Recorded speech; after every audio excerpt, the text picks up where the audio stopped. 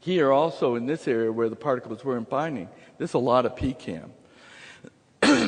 But if we stay for, these animals were transgenic for Tie2 receptor with the LAX-Z promoter. And you can see here that here, there's no blue from the LAX-Z stain for the beta-galactosidase stain. Where here, there's blue from the Tie2 positive. So essentially what this is saying is that these particles, and we're visualizing that these particles are binding to PCAM positive, alpha V beta 3 positive, Tie2 negative vessels, true angiogenic vessels, not just microvasculature. A lot of people talk about angiogenesis, and they're talking about microvessels or other things. But really, angiogenesis is a new forming vessel.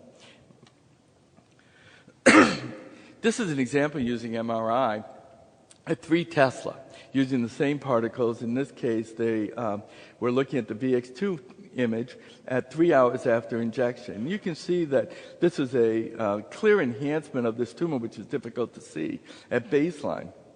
And you can see this area here is bright, where this area here is less bright. And in fact, angiogenesis is heterogeneous around the tumor. It's not everywhere. Almost when we first started, maybe 15 years ago,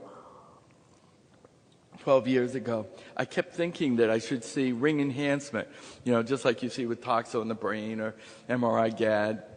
And we weren't getting it. And I was thinking, what's wrong with this thing? We're not getting good targeting. It took me a long time to prove to myself that, in fact, it's not what exists.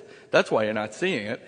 And in fact, when you do 3D reconstruction of these tumors, you can see that it's a heterogeneous pattern, mostly along the growth front. And there are areas of this